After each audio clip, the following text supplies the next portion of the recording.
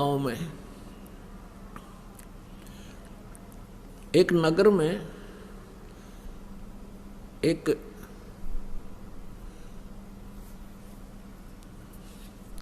सेठ रहता था और उसने अपने गुरुजी से जो ज्ञान प्राप्त किया था उससे ये पता लग गया था कि भाई अब ये व्यवसायिक जो लोग होते हैं ये इन्हें देखा करें कि भाई कहाँ मुझे लाभ होगा, इन मोक्ष से कोई लेना देना नहीं होता। तो उसने ये पता पूछ लिया अपने गुरुजी से जब सत्संग कर रहे थे, फिर बाद में पूछा कि गुरुजी यूँ कहते हैं कि जैसे इस जन्म में किसी ने किसी से पैसा ले लिया और वो नहीं दे सका तो अगले जन्म में वो 1000 गुना करके वापस देना पड़ेगा। हाँ बेटा ऐसा ही होता है। तो उस लाला जी ने क्या कराया, अपना बोर्ड लगा दिया दुकान के आगे कि अभी कर्ज ले जाओ, जिसने कर्जा चाहिए, किसी ने लोन चाहिए ले सकता है, लेकिन अगले जन्म में लूँगा, इस जन्म में लूँ कोई ना। अब ये जो पैसे के पुजारी होते हैं ये इसे इतनी गिरजन की वृत्ति बताते हैं। एक लाला जी मर गया, यम के दूत पकड़ के ले गए तो उससे पूछने लगे भाई तेरे को पहले स्वर्ग में भेजा या नरक में, क्योंकि तेरे इतने पुण्य इतने पाप। नो बोला दोनों के बीच में बिठा दे, नून के भी आओगे गा कर नरक वाले भी आओगे, दोनों के बीच में बिठा दो मैंने। यानी वहाँ भी अपने बिजनेस पॉइंट व्यू से ही सोचा उसने। तो इसी दृष्टिकोण से उस लाला जी ने अपने गेट पर ये बोर्ड लगा रखा था कि अभी इस जन्म जो कोई लोन लेगा तो अगले जन्म में लूँगा उससे। 2 ठग थे, उन्होंने वो बोर्ड पढ़ लिया, वो चले थे चोरी चारी करने, उन्होंने बोर्ड पढ़ लिया। दोनों बतलाए रही साहब मूर्ख, हमने तो पहली बार देखा, मेंटल तो नहीं है। अब उससे बात करी भाई लाला जी हमने 200 रुपये कर्ज दे दे। बोला ले ले भाई। वो पक्का करे थे, वो कहने लगे भाई देखा हम तो जल्दी देवांगे, व्यवहार के पक्के आदमी हैं। वो कहने लगा ना भाई मैं तो अगले जन्म में लूँगा। अब उन्होंने फिर पक्का करना भाई हम तो 6 महीने के भीतर तेरे वापस दे देंगे ब्याज रुपया। वो बोला ये ब्याज लूँगा और अगले जन्म में लूँगा, ना तो जाओ तुम।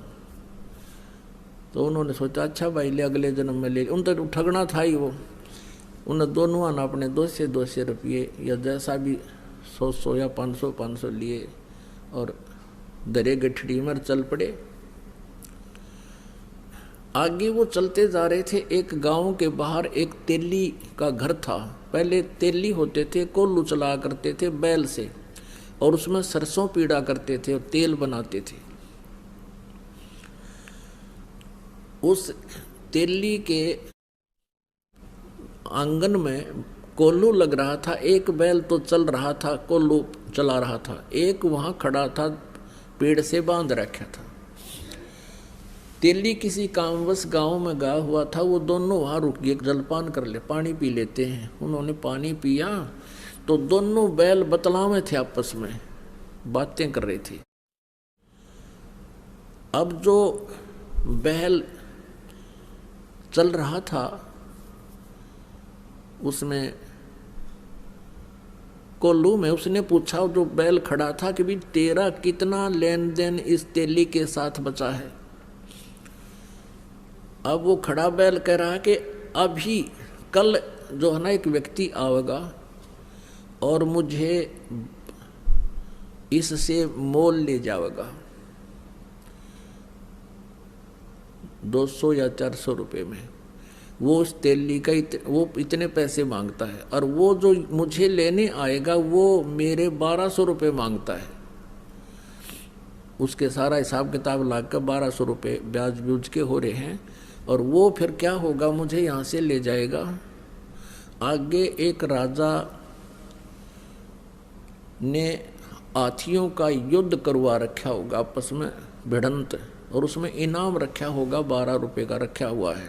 मुझे वो ले जाएंगे, उनका वो तमाशा देखने लग जाएंगे हाथियों के झगड़े लड़ाई को, और मैं उस हाथी को हरा दूंगा जिसने सबको पराजित कर दिया होगा, और फिर मुझे 1200 रुपये का इनाम मिलेगा मेरे उस मालिक को जो यहाँ से ले जाएगा। मेरी मृत्यु हो जाएगी, मेरा और उसका हिसाब बराबर हो जाएगा। भाई मैंने पिछले जन्म में उससे जो ना 20 रुपये लिए थे, आज वो 1200 हो गए।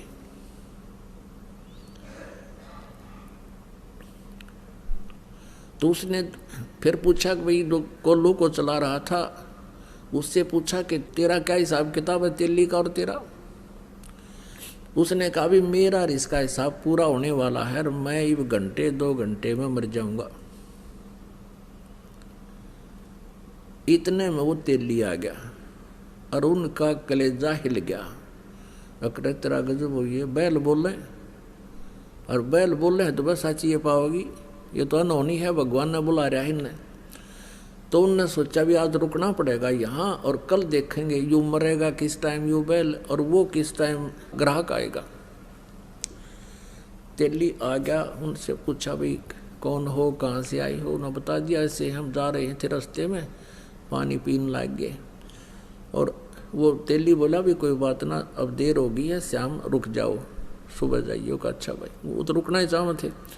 2 घंटे के बाद वो बैल जो चल रहा था उसकी मृत्यु होगी, जो कोल्लू चला रहा था।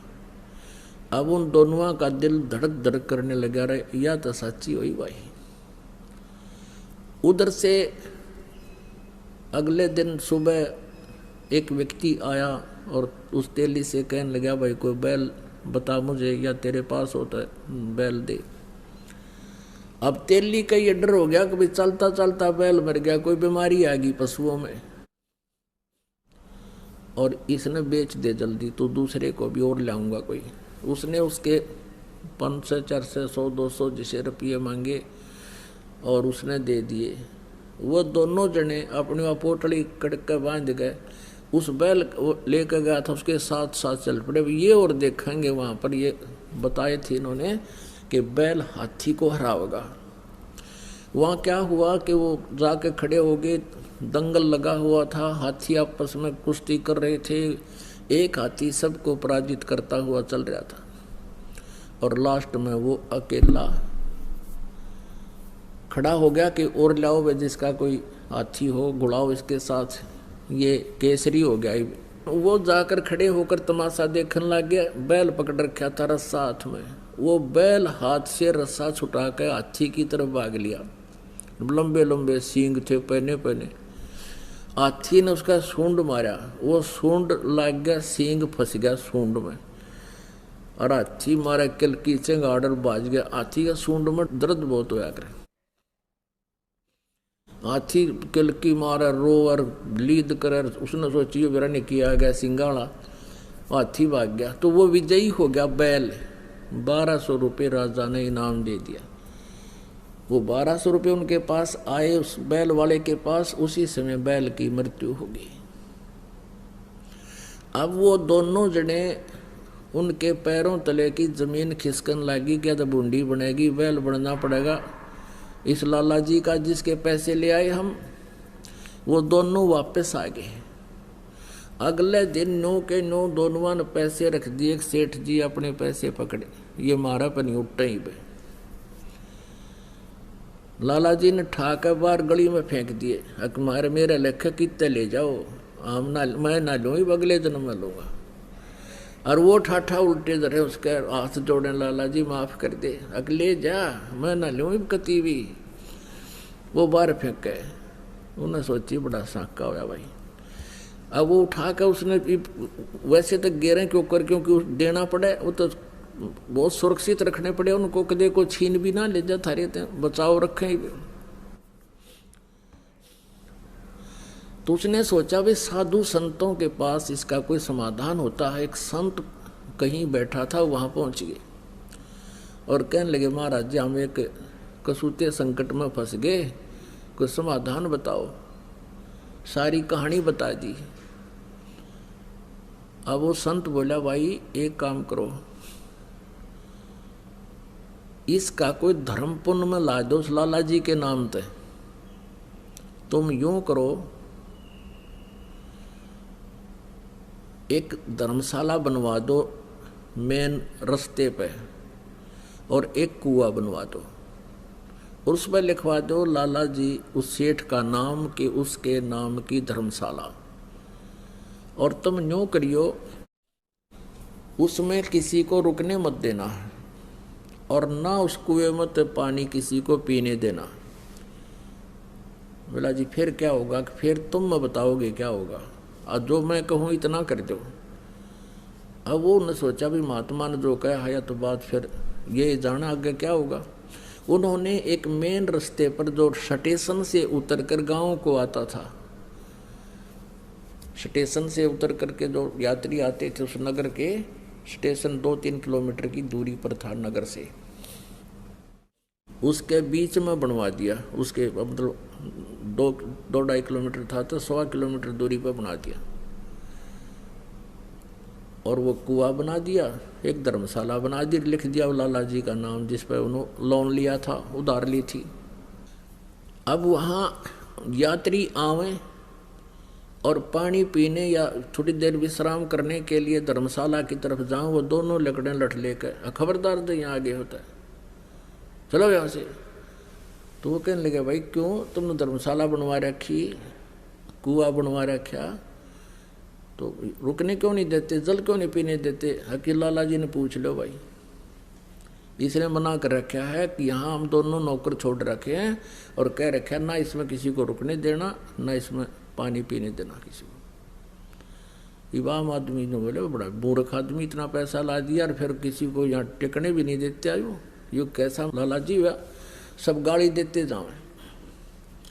एक दिन उसका समधी आ गया, उसके लड़की ब्याह रखी थी, और समधी भी आया, उसने देखा पढ़ा अको हो तो अपने ही रिश्तेदार का बनवाया हुआ है, और अच्छी मरोड़ सी में पहुंचा, चला उधर को।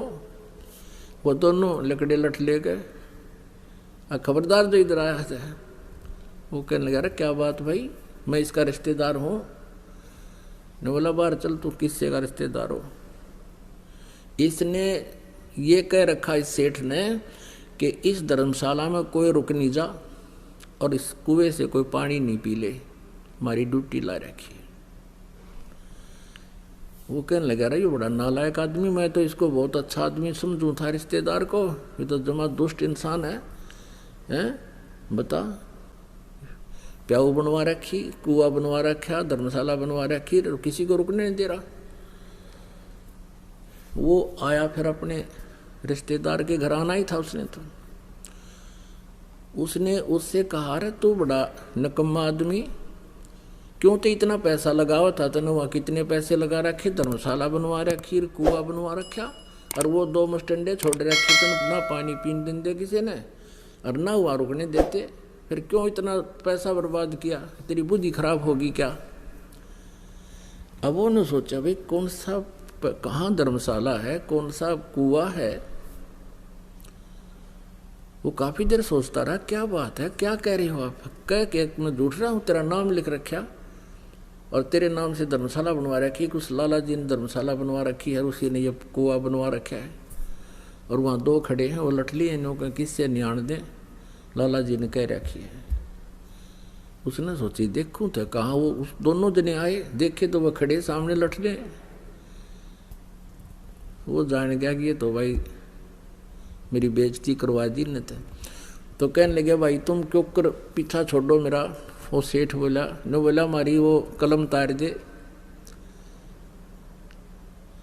और कह दे मेरे आए हो लिए भाई ये 2 जोड़े हाथ, मैंने तुम्हारे अपने लोन ख़त्म कर दिया और मान लिया भाई तेरा तुम्हारे सारे पैसे आ गए, मेरी बेइज्जती ना करो तुम।